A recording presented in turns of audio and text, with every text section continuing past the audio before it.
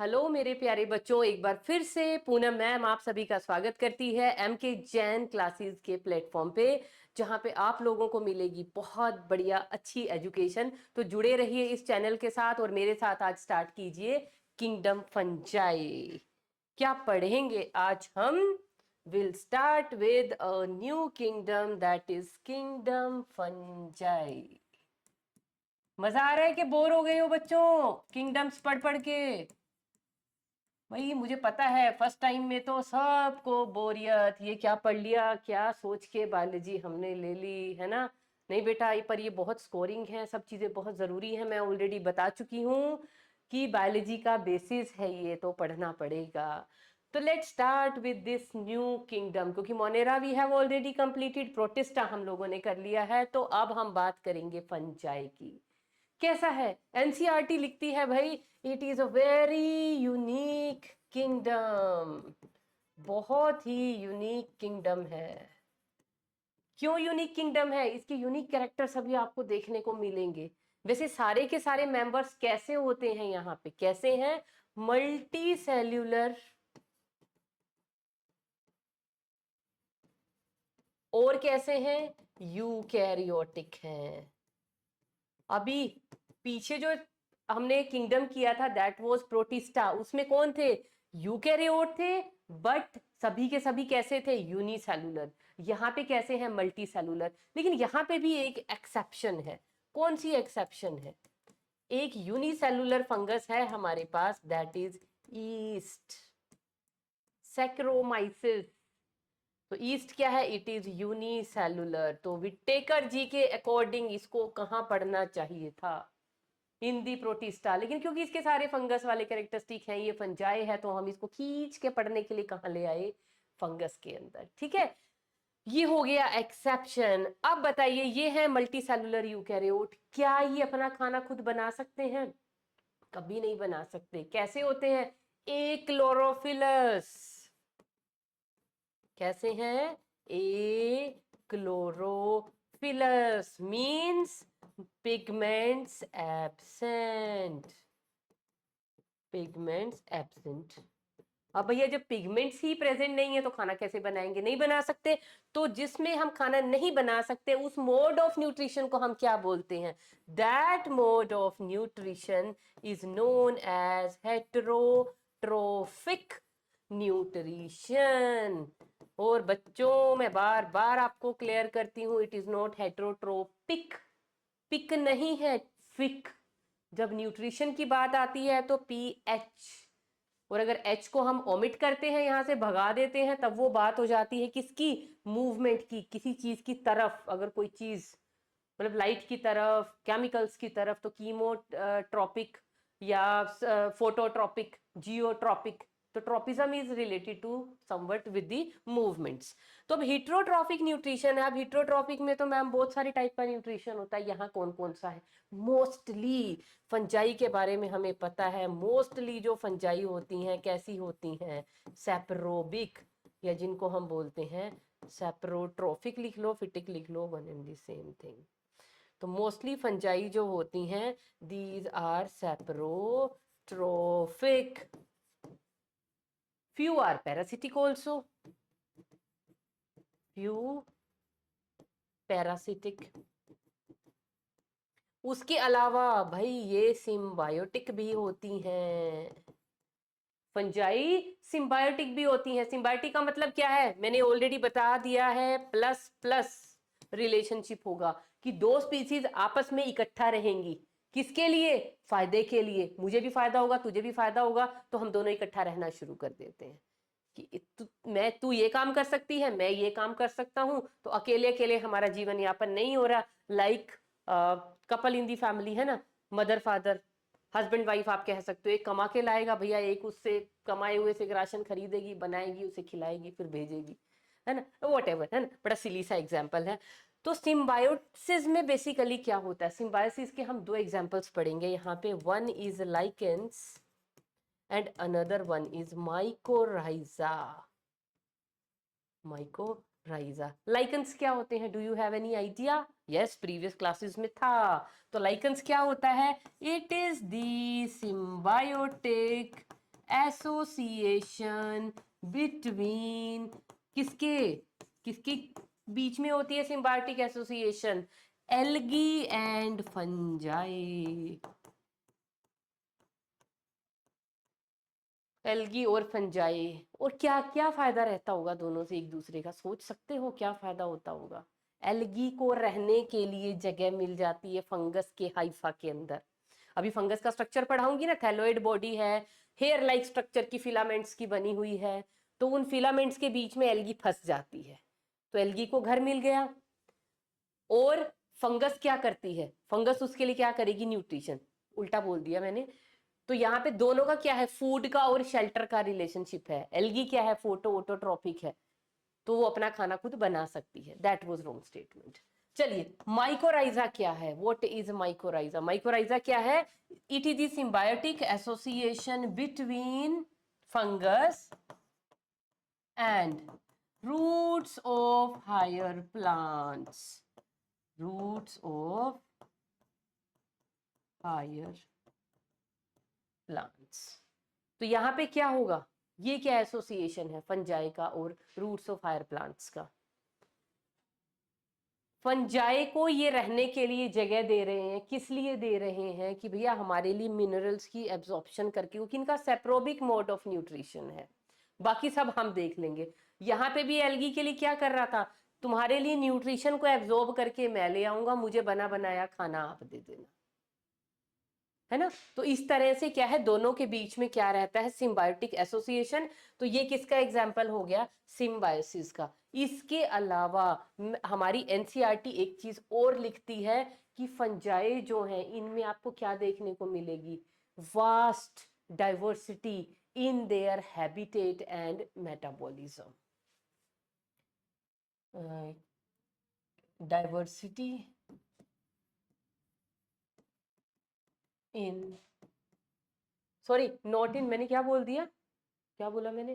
कुछ गलत बोला है मैंने, करेक्ट कर लेना, मुझे याद नहीं मैंने क्या बोला। डाइवर्सिटी देखने को मिलेगी कहाँ पे? Diversity in their nutrition. मैंने कुछ और बोला न्यूट्रिशन की जगह ना, करेक्ट कर लेना। Diversity in nutrition and habitat.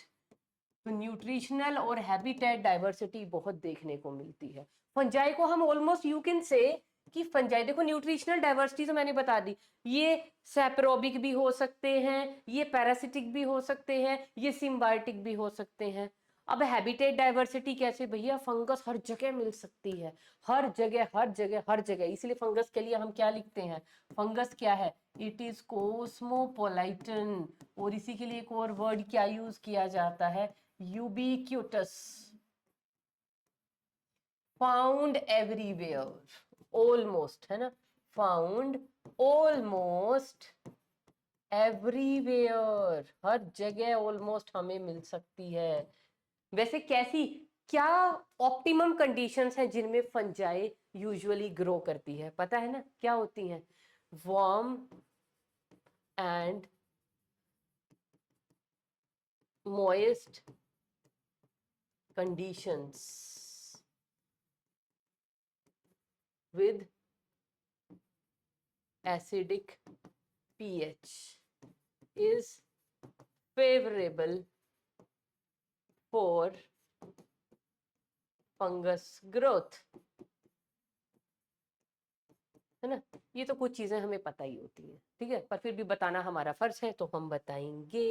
इसके बाद आ जाइए, और क्या है आज हम क्या पढ़ रहे हैं पता है ना? हम अपने किंगडम की क्या पढ़ रहे हैं? इंट्रोडक्शन की। फंजाई है क्या?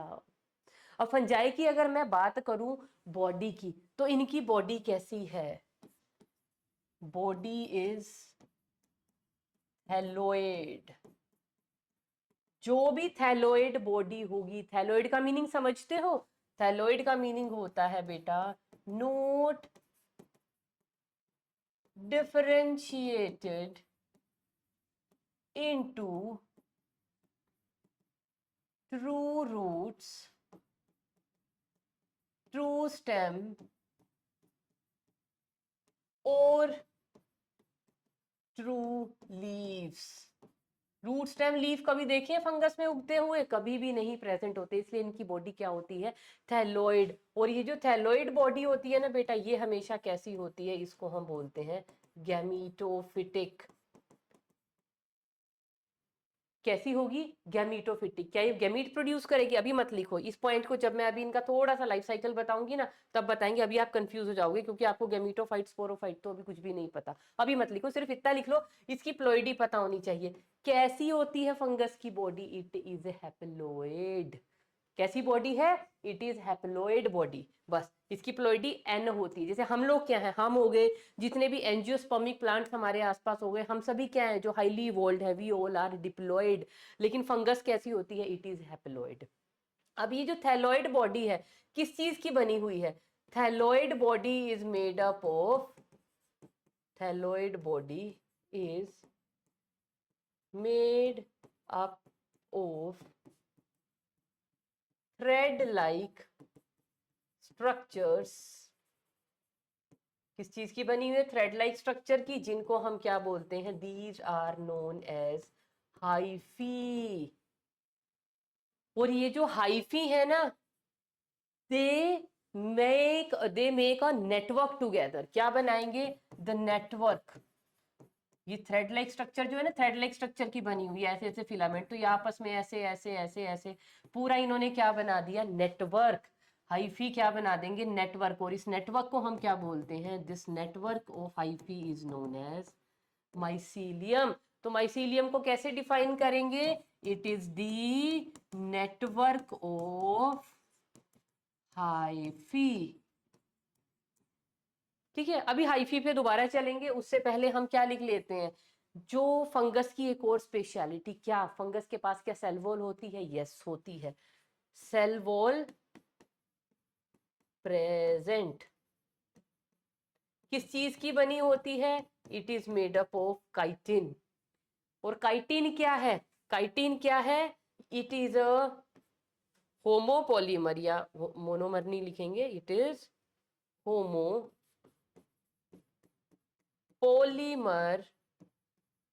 Of nag. क्या कुछ बच्चों को याद आया? क्या है ये नैग? नैग क्या है? It is N acetyl glucosamine. कहाँ पे पढ़ा था? जब पेप्टाइडोग्लाइकन पढ़ा रहे थे वहां पे आया था। पेप्टाइडोग्लाइकन किस चीज का बना हुआ है? नैग और नैम। ये तो था ही, इसके साथ क्या था? N acetic muramic, N acetyl muramic acid. और ये था एन एसिटाइल ग्लूकोजामीन। तो इसका होमोपॉलीमर है काइटिन। उसके साथ क्या प्रेजेंट होते हैं? Some proteins. तो काइटिन की बनी हुई है। उसके अलावा यहाँ पे जो रिजर्व फूड, क्या इनके पास कुछ रिजर्व फूड होगा? यस, रिजर्व फूड होगा in the form of glycogen. और बाकी सारा का सारा यूकेरियोटिक स्ट्रक्चर हमें पता है, सब कुछ होगा। बस इनके जो गोल्जी है ना, वो गोल्जी क्या होंगे? गोल्जी इनके थोड़े से स्पेशल हैं, स्पेशल गोल्जी बॉडीज। कैसे होते हैं वो? Bi cisternal, bi cisternal. एक एक सिस्टर्न की बनी होती है ना, यहाँ पे बाय सिस्टर्नल क्या होती हैं? गोल्जी बॉडीज प्रेजेंट होती हैं। तो ये सब कुछ हो गया एक जनरल सा इंट्रोडक्शन। अभी इस इंट्रोडक्शन में बहुत कुछ अभी ऐड करना है। सबसे पहले मैंने एक जो पॉइंट छोड़ा था ना, हाइफे वाला, इसको पहले हम डिस्कस कर लेते हैं। पहले तो ये बताओ, यहाँ तक की थोड़ी सी रिकेपिचुलेशन करा दें। बेटा चीजों को जब हम सुनते हैं ना, पढ़ते हैं, तो वहीं की वहीं उनको लर्न करने की कोशिश किया करो, क्योंकि वो सबसे अच्छा तरीका है। जब सुनोगे, साथ सुनो, साथ साथ अपने नोट्स बनाओ, जैसे लाइव क्लासरूम सिचुएशन होती है, सो दैट आपको चीजें यहीं की यहीं लर्न हो जाए। आप कितने भी वीडियो सुनो, उसमें हमेशा यही करो। उसके बाद देखो आप में कितना कॉन्फिडेंस है। अब जो भी हम पढ़ाते हैं उसके बाद आप क्या करेंगे? अपनी एनसीईआरटी को रेफर करो, और आप कॉन्फिडेंट हो जाओगे कि हाँ, जो पढ़ाया मैम ने ज्यादा ही पढ़ाया है, कम कुछ भी नहीं छोड़ा, कुछ भी नहीं एनसीईआरटी में से।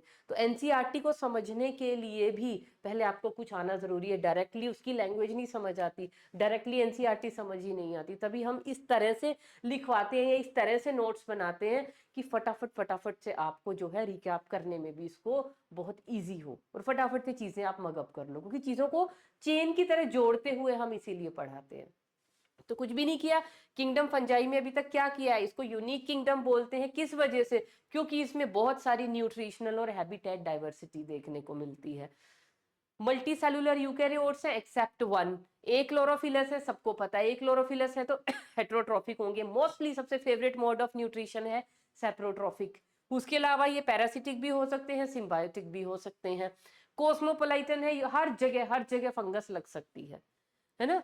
इसीलिए तो हम खाने को बचा बचा के, आप उसमें भी लिखा हुआ है ना हमारी एनसीईआरटी के अंदर की रेफ्रिजरेटर का प्रयोग हम क्यों कर रहे हैं। अगर एक कम टेम्परेचर पे हम फूड को स्टोर कर देंगे दैट विल बी सेफ। अगर हम उसको वार्म कंडीशन में रख देंगे और हल्की फुल्की वहां ह्यूमिडिटी हुई तो क्या हो जाएगा, फंगल इन्फेक्शन हो जाएगा। तो कई बार हम चीजों को खा लेते हैं क्योंकि फंगस अभी अपनी वेजिटेटिव स्टेज में थी, हमें दिखी ही नहीं कि उस पर फंगस लगनी स्टार्ट हो गई, हमें लगता है फ्रेश खा लिया, लेकिन वो फंगस लगनी स्टार्ट हो चुकी होती है। जब उस पर फ्रूटिंग बॉडी और वो सब सब उसका थैलस फैलने लगता है, जब हमें थोड़ी विजिबल होती है तब समझ आता है अरे ये तो स्टेल हो गई थी और हमने उसको खा लिया। और ये कंडीशंस लिखी थी इसके लिए क्या अप्रोप्रिएट है। उसके अलावा हमने इनकी बॉडी के बारे में बताया, कोई जनरल इंट्रोडक्शन चल रही है, इसमें से कितने पॉइंट्स बन सकते हैं। इंट्रोडक्शन, किसी भी चीज को इंट्रोड्यूस करो तो ऐसे ही तो करते हैं ना, क्या क्या कैरेक्टरिस्टिक्स हैं उसके अंदर, कैसे हैं। तो बॉडी कैसी है, थैलोइड बॉडी है। थैलोइड बॉडी किस चीज की बनी हुई है, छोटे छोटे फिलामेंट्स की, हेयर लाइक स्ट्रक्चर्स की, थ्रेड लाइक स्ट्रक्चर की, जिनको हम क्या बोलते हैं, हाइफी। फिलामेंट्स भी लिखा हो सकता है ना। तो कई जगह फिलामेंट्स भी लिखा हुआ तो घबरा नहीं जाना, या हेयर लाइक स्ट्रक्चर्स लिखा हो तो घबराना नहीं है।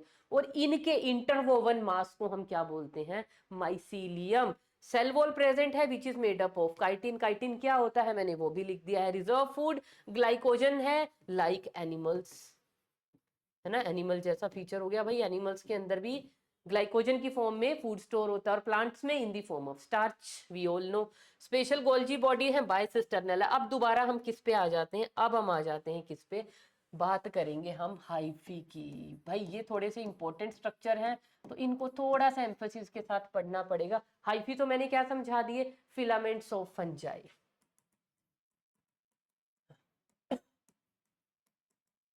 Filaments of fungi, thread like filament, यही इनकी बॉडी है।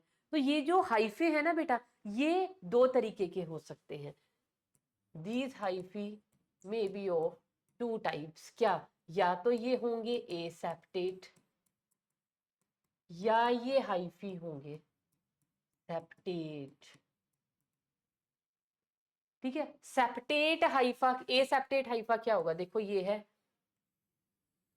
थ्रेड लाइक स्ट्रक्चर है ना हाइफा, ये मैंने बना दिया। बाहर इसके क्या प्रेजेंट है, there is present chitinous cell wall. ठीक है जी। अंदर इसके अब क्या प्रेजेंट है, यहाँ पे ये प्रेजेंट है न्यूक्लियस,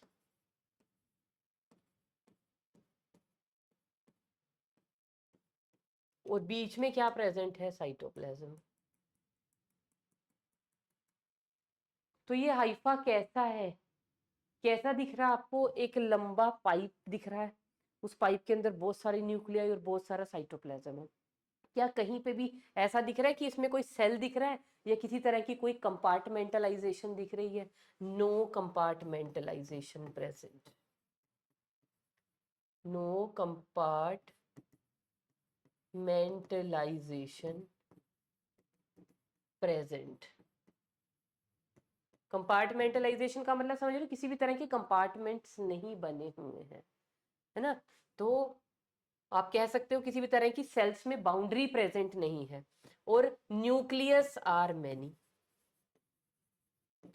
न्यूक्लियस आर मैनी। तो ऐसी मैनी न्यूक्लियस वाली कंडीशन को हम क्या बोलते हैं, मल्टी न्यूक्लिएट। और यहाँ पे मल्टी न्यूक्लिएट के लिए एक और वर्ड जो टेक्निकल हमें यहाँ सीखना है, क्योंकि फंजाई के अंदर हमें कुछ बहुत सारी नई टर्म्स आएंगी जो हमें लर्न करनी है। मल्टी न्यूक्लिएट को हम यहाँ पे बोलते हैं बेटा सीनोसाइटिक या सीनोसिटिक हाइफा। तो ए सेप्टेट हाइफे को हम क्या बोलेंगे, aseptate hypha is known as multinucleate और सीनोसिटिक, क्योंकि कहीं पे भी किसी तरह का सेप्टा नहीं बन रहा। अब इधर आ जाइए, सेप्टेट, सेप्टेट को हम इधर लिख लेते हैं। अब सेप्टेट हाइफा क्या होता है, दिस इज द हाइफा। बाहर इसके क्या प्रेजेंट है, एक काइटिन का वॉल, हमने बहुत ज्यादा बड़ा नहीं बना लिया, इतना सफिशिएंट है। बाहर क्या प्रेजेंट है, काइटिन का वॉल, है ना। यहाँ पे लेबल कर देती हूँ, ये क्या है, सेल वॉल, कहीं आप लोग घबरा जाओ क्या है ये। और ये येलो कलर के क्या है, न्यूक्लियस। और ये व्हाइट कलर का क्या प्रेजेंट है, साइटोप्लाज्म। इधर भी न्यूक्लियस है, लेकिन यहाँ पे अब क्या है देखो, ये एक सेल है,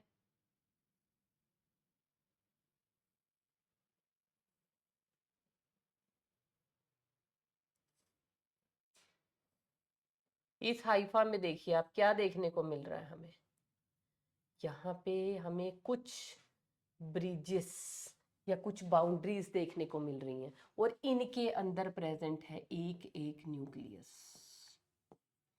तो यहाँ पे कुछ सेप्टास प्रेजेंट है ना, तो इन सेप्टा को हम क्या, ये मतलब इस टाइप के हाइफी को हम क्या बोलते हैं, इसको हम बोलते हैं सेप्टेट हाइफी।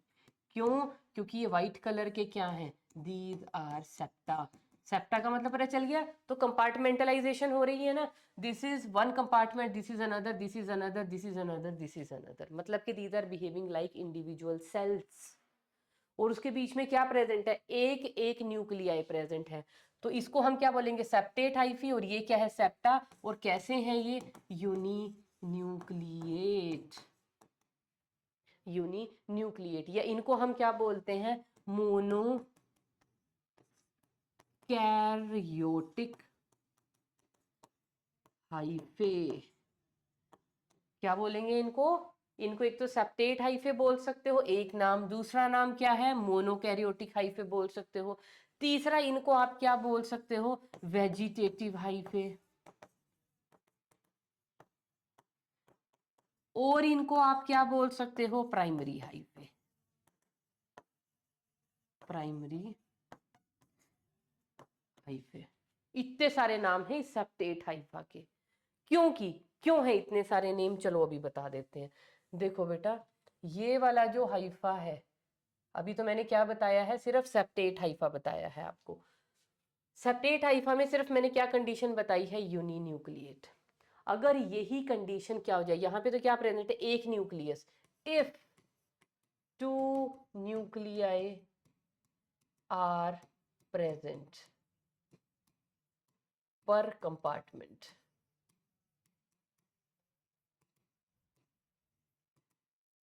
है ना, सिचुएशन क्या होगी, दिस इज द हाइफा,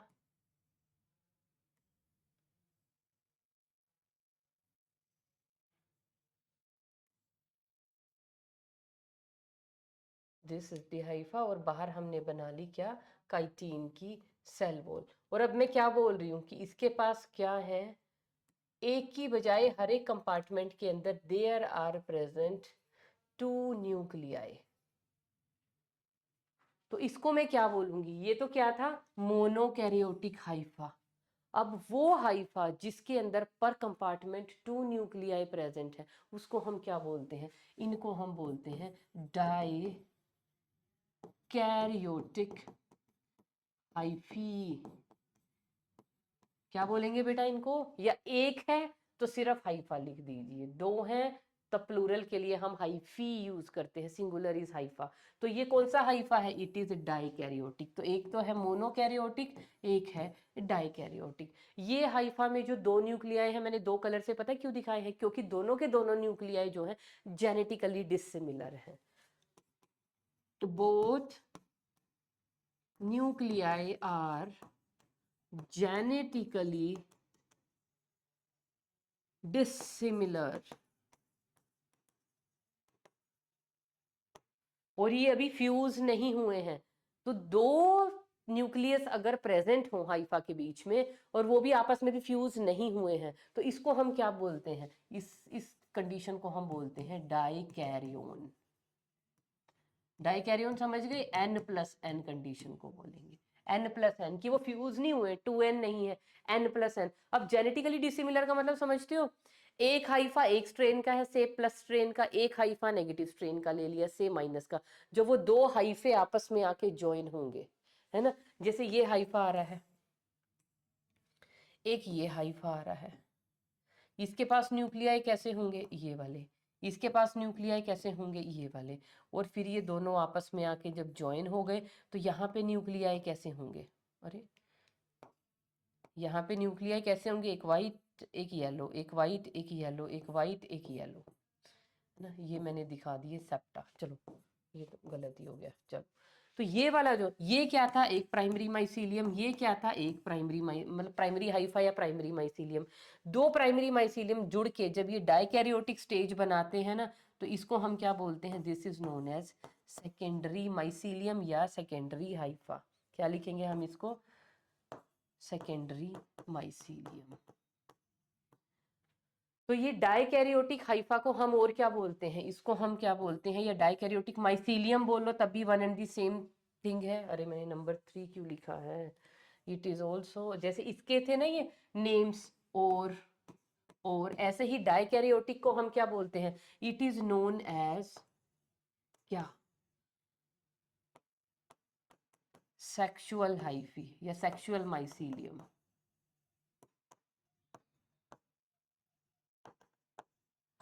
क्योंकि ये सेक्सुअल रिप्रोडक्शन में हेल्प करेगा। और इसको क्या बोल सकते हैं, these are also known as the secondary mycelium, secondary mycelium.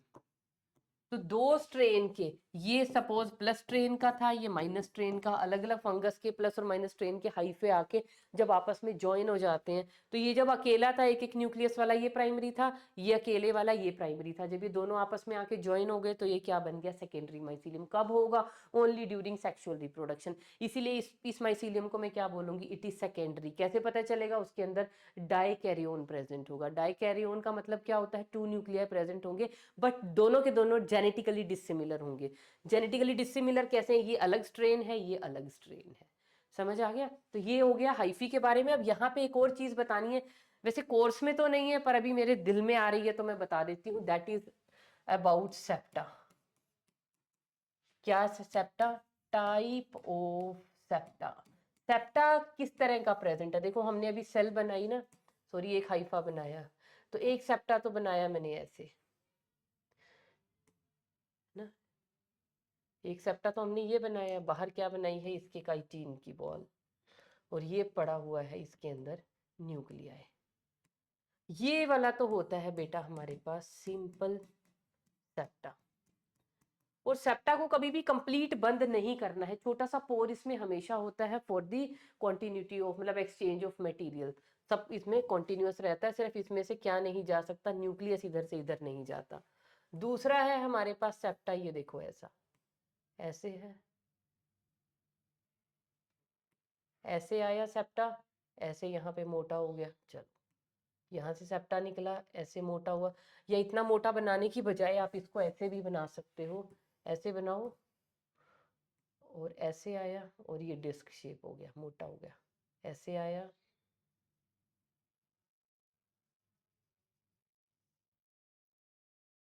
तो इस तरह का जो सेप्टम होता है आया, और इधर आगे से स्वोलन है, फूला हुआ है, तो इस सेप्टा को हम क्या बोलते हैं, this septa is known as dolipore septa. ठीक है, याद रखना है, रखो, कोई बात नहीं, कोर्स में तो नहीं है पर कई बार एक्स्ट्रा चीजें एक आध मुझे लगती है पता होनी चाहिए तो मैंने बता दिया। इस तरह के सेप्टा को हम क्या बोलते हैं, डोलीपोर सेप्टम। अब बहुत सारे बनाए हैं तो सेप्टा, अकेला है तो सेप्टम। तो हाइफी की बात हो गई, माइसीलियम की बात हो गई, न्यूट्रिशन की बात हो गई। अब हम बात कर लेते हैं किसकी, अब हम बात कर लेते हैं रिप्रोडक्शन इन फंजाई, है ना। तो फंजाई में रिप्रोडक्शन कैसे होता है, रिप्रोडक्शन इन फंजाई। अब रिप्रोडक्शन के क्या क्या तरीके हैं, यूजुअली अभी तक हम क्या पढ़ रहे थे, एसेक्सुअल एंड सेक्सुअल, लेकिन फंजाई के अंदर क्या है, देयर आर 3 वेज। और वो 3 तरीके क्या हैं, एक तरीका है वेजिटेटिव रिप्रोडक्शन का, एक तरीका है एसेक्सुअल रिप्रोडक्शन का, और एक तरीका है सेक्सुअल रिप्रोडक्शन का। ठीक है, 3 तरीके से रिप्रोडक्शन होती है फंजाई में। कैसे होती है, वेजिटेटिव मेथड में क्या होगा, पहला तरीका है बेटा बडिंग, है ना। वो मोस्ट कॉमनली कहाँ देखने को मिलता है, ईस्ट। सबको पता है बडिंग क्या होती है, ये है ईस्ट। ईस्ट में से यहाँ से साइड से एक सेल बन जाएगा, पिंच ऑफ हो जाएगा, वो एक नया क्या बन जाएगा, ग्रो होके एक नया ईस्ट सेल बन जाएगा। ऐसे ही पिंचिंग ऑफ होती रहेगी, ऊपर से छोटी छोटी बड बनती रहेंगी, वो साइड में पार्ट होती रहेंगी, वो एक नया ईस्ट बना लेंगी। बडिंग के अलावा दूसरा तरीका क्या है, दैट इज फ्रेगमेंटेशन। फ्रेगमेंटेशन में पता है ना, एक फ्रेगमेंट फिलामेंटस तो है ये, तो एक फ्रेगमेंट हाइफे का या टूट जाएगा कहीं से, और वो जहां पे भी गिरेगा वहां पे वो पूरा का पूरा फंगस का एक कॉलोनी बना देगा। कहाँ देखने को मिलता है हमें, मोस्ट कॉमन राइजोपस में देखने को मिलता है, म्यूकर में देखने को मिलता है। इसके अलावा हमारे पास क्या आ गया, और क्या रह गया, अरे अरे मोस्ट कॉमन बाइनरी फिशन। और बाइनरी फिशन तो किसका किसका है ये फीचर, यूनिसेलुलर का, है ना, ये भी ईस्ट में है। तो ये तो हो गए वेजिटेटिव तरीके जिससे आप सभी लोग ऑलरेडी एक्वेंटेड हो, सबको पता है, सब फेमिलियर हो। अब आ जाइए ए सेक्सुअल रिप्रोडक्शन पे। अब ए सेक्सुअल रिप्रोडक्शन होती है बेटा थ्रू ए सेक्सुअल स्पोर्स। क्या बनते हैं फंजाई में, स्पोर्स बनते हैं, उनसे होती है एसेक्सुअल रिप्रोडक्शन। अब ये जो स्पोर्स बन रहे हैं ना, एसेक्सुअल स्पोर्स, ये एसेक्सुअल स्पोर्स होते हैं बेटा 3 टाइप के। ये 3 टाइप के स्पोर्स यहाँ पे प्रेजेंट होते हैं। कौन से स्पोर, सबसे पहला स्पोर क्या, उसको हम बोलते हैं दैट इज ज़ूस्पोर, या इसी का दूसरा नेम क्या है, प्लेनोस्पोर। प्लेनोस्पोर। दूसरा हमारे पास होता है स्पोरेंजियो स्पोर। और ये जो स्पोर्स है ना बेटा, फंजाई में बहुत इंपॉर्टेंट है, बहुत बार इन सेक्सुअल एसेक्सुअल स्पोर्स के ऊपर क्वेश्चन आया हुआ है नीट में, मतलब ये एक फेवरेट पार्ट है नीट वालों का क्वेश्चन पूछने के लिए। तो स्पोर्स को बड़े ध्यान से पढ़ना। तो जूस्पोर्स और प्लेनोस्पोर्स, ऐसे ही स्पोरेंजियोस्पोर्स जो हैं इनको हम बोलते हैं ए प्लेनोस्पोर्स। ए प्लेनोस्पोर्स, ध्यान दिया आपने, यहाँ पे स्पेलिंग से पी से स्टार्ट, यहाँ मैंने लगाया है ए प्लेनोस्पोर्स, ये है प्लेनोस्पोर्स। और तीसरे हैं हमारे पास कोनिडियोस्पोर्स, या कोनिडिया भी कह सकते हैं हम इनको। तो ये 3 टाइप के हमारे पास स्पोर्स बनते हैं। अब इनको बोल देते हैं, इनको प्लेनोस्पोर क्यों बोला, चलो इनकी थोड़ी सी रिसर्च कर लेते हैं। इनको प्लेनोस्पोर इसीलिए बोलते हैं क्योंकि ये मोटाइल हैं। कैसे हैं, दीज आर, ये कैसे हैं, ये मोटाइल स्पोर्स हैं। क्यों है, क्योंकि इनके पास क्या है, ये मोटाइल स्पोर्स हैं क्योंकि इनके पास क्या प्रेजेंट है, फ्लैजेला प्रेजेंट है, इसीलिए क्या है ये मोटाइल स्पोर। और इसीलिए इनको हम और क्या दूसरे नाम से जानते हैं, प्लेनोस्पोर्स। कहाँ देखने को मिलेंगे, in the lower members of fungi, that is phycomycetes, aquatic members of phycomycetes. अभी ये बताऊंगी क्या है, ये क्लासिफिकेशन में पता चलेंगे आपको नेम्स। ये सबसे लोअर टाइप की फंजाई है जो अभी भी पानी में पड़ी हुई है, पानी से निकली ही नहीं, अभी इवॉल्व हुई ही नहीं है, ये वो पुराने वाले मेंबर्स हैं। अब आ जाइए ए प्लेनोस्पोर्स। ए प्लेनोस्पोर का मतलब क्या है, ये स्पोर कैसे हैं, नॉन मोटाइल है। नॉन मोटाइल क्यों है, क्योंकि भाई यहाँ पे जो फ्लैजेला है दैट इज एब्सेंट, इनके पास फ्लैजेलम नहीं है। इनके एग्जाम्पल कौन है, यहाँ पे एग्जाम्पल कौन थे, एक्वाटिक मेंबर फाइकोमाइसिटीज के, यहाँ पे टेरेस्ट्रियल मेंबर्स ऑफ फाइकोमाइसिटीज। और वो टेरेस्ट्रियल मेंबर पता कौन है, राइजोपस एंड म्यूकर। तो एग्जाम्पल में लिख लीजिए राइजोपस एंड म्यूकर। क्या है ये, जैसे एक्वाटिक मेंबर्स हैं, ये क्या है, terrestrial members, terrestrial members of phycomycetes. अब आ जाइए आप कोनिडिया पे। अच्छा, यहाँ पे कोनिडिया से मुझे एक चीज और याद आई, ये वाले जो स्पोर्स है ना, ये हमेशा कहाँ बनेंगे, एक स्पोरेंजियम के अंदर बनते हैं। तो these both are formed inside sporangium, एक बैग लाइक स्ट्रक्चर के अंदर बनते हैं। तो इसीलिए इनका ओरिजिन भी कैसा है, ये कैसे हैं, एंडोजिनस। तो इनकी कैसी फॉर्मेशन है, उसको हम बोलते हैं एंडोजिनस फॉर्मेशन। इनकी भी कैसी है, इनकी भी है एंडोजिनस फॉर्मेशन। एंडोजिनस समझ रहे हो ना, इस तरह का।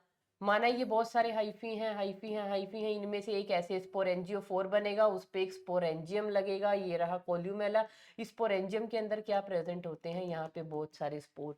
तो एक बैलून लाइक स्ट्रक्चर के अंदर बनेगा, एक बैग लाइक स्ट्रक्चर के अंदर बनेगा। ये बैग लाइक स्ट्रक्चर क्या है, दिस इज स्पोरेंजियम। ये स्पोरेंजियम जिस स्टॉक के ऊपर लगता है इसको हम बोलते हैं sporangiophore, PHORE, sporangiophore. Phore means क्या होता है, स्टॉक।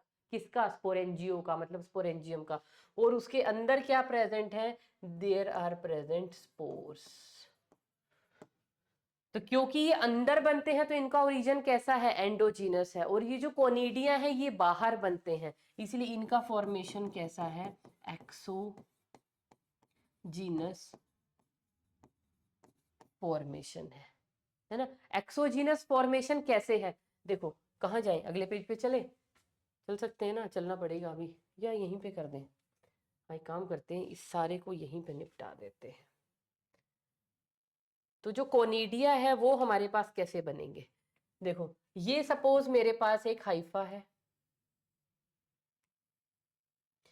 मतलब इस हाइफा में से क्या निकला, एक कोनिडियोफोर, एक स्टॉक निकला। यहाँ पे पूरा ऐसे ये हाइफा पड़े हुए हैं, उसमें से एक स्टॉक निकला। अब ये स्टॉक को थोड़ा सा हम कमजोर कर देते हैं, इतना मोटा स्टॉक लेके हम क्या करेंगे, ये आया एक कोनिडियोफोर और इसको थोड़ा सा छोटा भी कर देते हैं।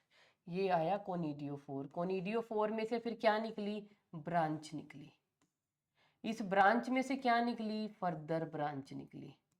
और इस ब्रांच में से क्या निकली, फर्दर ब्रांच निकली, ऐसे। और इनमें से फिर क्या निकली, फर्दर ब्रांच। इनमें से फिर इस तरह की ब्रांचेस निकली, फिंगर लाइक। फिंगर लाइक तो कहीं से नहीं लग रही, ये इस तरह का स्ट्रक्चर होता है। ये क्या पड़ा हुआ है, ये तो पड़ा हुआ है माइसीलियम। मतलब ऐसे बहुत सारे, ऐसे ऐसे ऐसे ऐसे ऐसे ऐसे, उनमें से ये एक स्टॉक ऊपर की तरफ खड़ा हो गया, इसको बोलते हैं कोनिडियोफोर। फोर वर्ड का मीनिंग मैं यहाँ पे लिख रही हूँ, फोर का मीनिंग होता है स्टॉक। उसमें से ये जो प्राइमरी ब्रांचिंग हुई है ना, पता नहीं इतना आपके कोर्स में है कि नहीं है, पर अब मुझे पता है तो मैं लिख देती हूँ, इसको हम बोलते हैं रैमस। रैमस में से ये जो फर्दर और ब्रांचिंग हुई है, इनको हम क्या बोलते हैं, इनको हम बोलते हैं मैट्यूली। और इन मैट्यूली से ये जो आगे मोटे मोटे स्वोलन स्ट्रक्चर हैं, इनको हम बोलते हैं स्टेरिगमेटा। और इन स्टेरिगमेटा के ऊपर लगते हैं स्पोर्स। इन स्टेरिगमेटा के ऊपर क्या लग रहे हैं, स्पोर। पहले छोटा, उससे बड़ा, उससे बड़ा, उससे बड़ा, सबसे बड़ा, छोटा, उससे बड़ा, उससे बड़ा, उससे बड़ा, सबसे बड़ा। तो ये क्या लग गए, ये है कोनिडिया।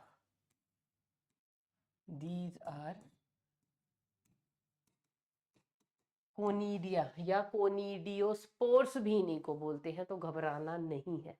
तो ये एक माइसीलियम था, उसमें से एक स्टॉक फ्रूटिंग बॉडी की तरह खड़ा हुआ, उसमें से क्या निकला, यहाँ पे फ्रूटिंग बॉडी की तरह नहीं भाई, बस एक स्टॉक वर्टिकली ऐसे, सब माइसीलियम नीचे थे, उनमें से एक वर्टिकल आउटग्रोथ हुई ऊपर की तरफ, उसमें ब्रांचिंग हुई, प्राइमरी ब्रांचिंग इज रेमस। फिर उसमें से सेकेंडरी ब्रांचिंग हुई, जरूरी नहीं दो दो निकलेंगी, मल्टीपल निकल सकती हैं। मैट्यूली, मैट्यूली के आगे क्या प्रेजेंट है, स्टेरिगमेटा। स्टेरिगमेटा से पिंच ऑफ होके ऐसे ऐसे पिंच ऑफ होके क्या निकल रहे हैं, ये कोनिडिया। तो कोनिडिया कहाँ बने, क्या ये किसी स्ट्रक्चर के अंदर बने, नहीं बने ना, बाहर बने हैं ना। तो इसलिए इनको हम बोलते हैं एक्सोजिनस स्पोर्स हैं। ये कैसे स्पोर है, अब इन्हीं छोटी छोटी चीजों पे तो नीट के अंदर क्वेश्चन आते हैं, जो हम समझ ही नहीं पाते, परेशान हो जाते हैं, पता नहीं क्या पूछ लिया हमसे। और या फिर आप क्या करते हो, जिनको पता है कि आ जाएगा ये चीजें जरूरी, रटने बैठ जाएंगे। अरे इसमें रटने की क्या जरूरत होती है बेटा, इन सब चीजों को सीरियल वाइज कहानी की तरह सुनते चलो, दिमाग में छपती चली जाएंगी, कुछ भी नहीं है। तो कोनिडिया, अब कोनिडिया कैसे हैं, एक तो मैंने लिख दिया एक्सोजीनस है, उसके अलावा ये कैसे होते हैं, दीज आर नॉन मोटाइल। समझ रहे हो, मतलब विदाउट एनी फ्लैजेला लिखना ज्यादा बेटर रहेगा। इनके पास क्या है, फ्लैजेला एब्सेंट होता है। कैसे बन रहे हैं, एक्सोजीनस मैंने ऑलरेडी लिख दिया। और इनके बारे में क्या बताऊं, हाँ एक इंपॉर्टेंट फीचर बहुत है इनके बारे में, दैट इज इनका जो फॉर्मेशन है, जो इनका अरेंजमेंट है स्टेरिगमेटा के ऊपर। मैंने एक स्पेशल अरेंजमेंट लगाया ना, पहले छोटा, उससे बड़ा, उससे बड़ा, उससे बड़ा। तो इसको हम क्या बोलते हैं, this is known as basipetal arrangement. क्या बोलते हैं इसको हम, बेसिपिटल अरेंजमेंट। इसका मतलब क्या होता है, youngest at the base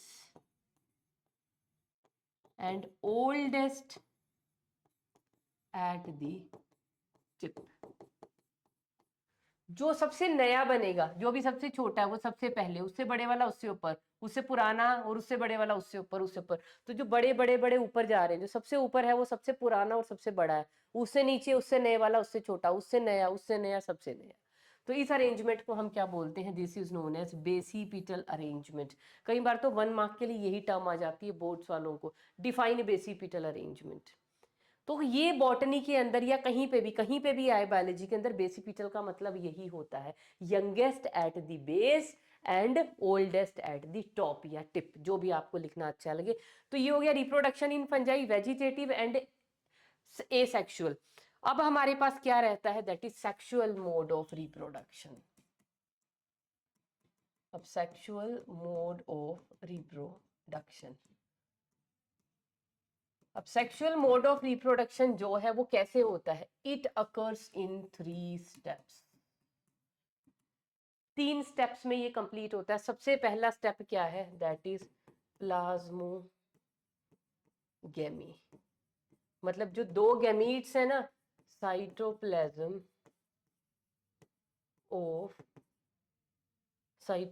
of to gametes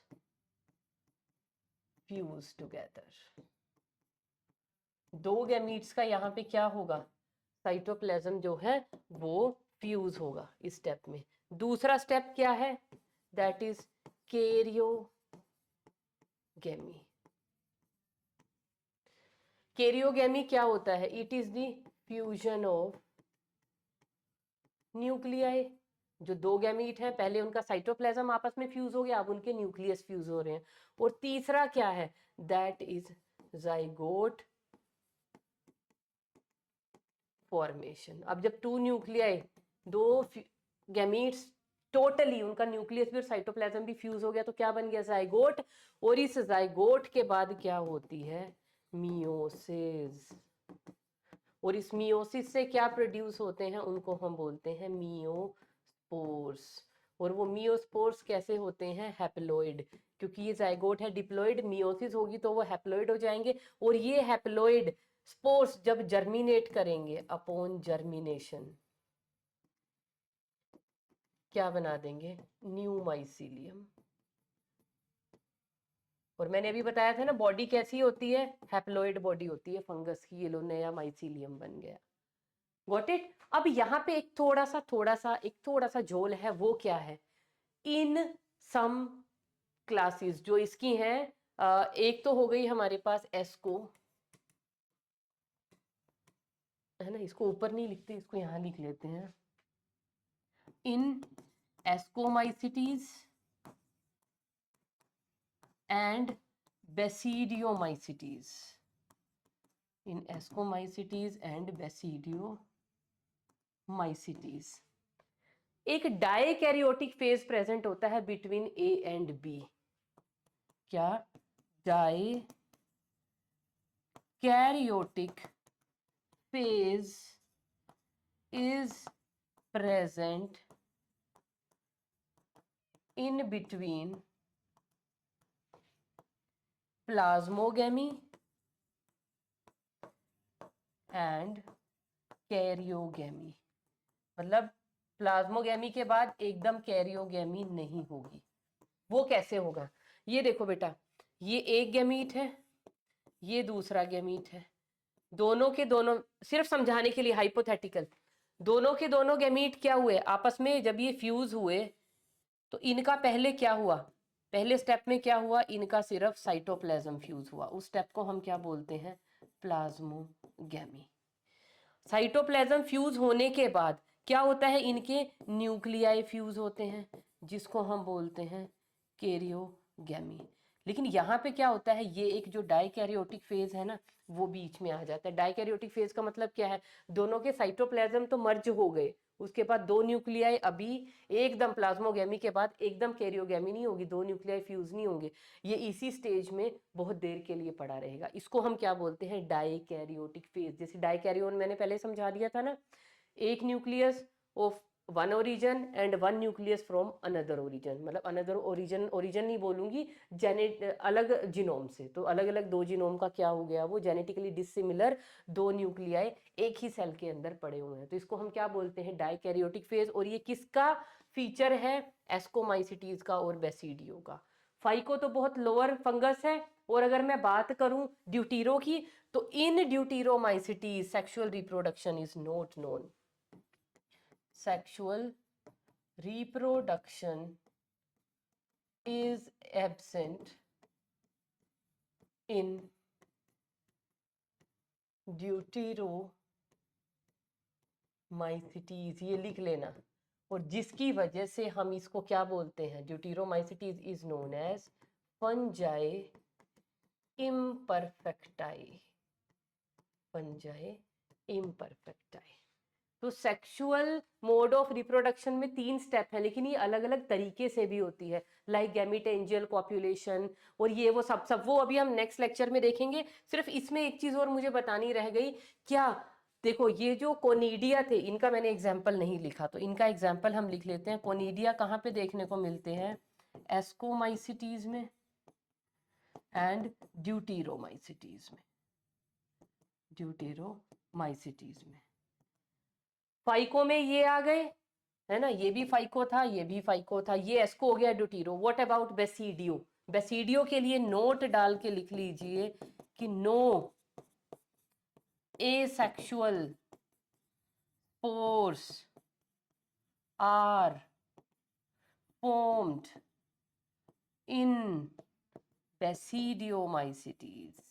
तो बेसिडियोमाइसिटीज में कभी भी एसेक्सुअल स्पोर्स नहीं बनते हैं, उनके अंदर सिर्फ क्या होगा, सेक्सुअल रिप्रोडक्शन बेसिडियम के अंदर। This is all about today, resting part will take up in the next lecture.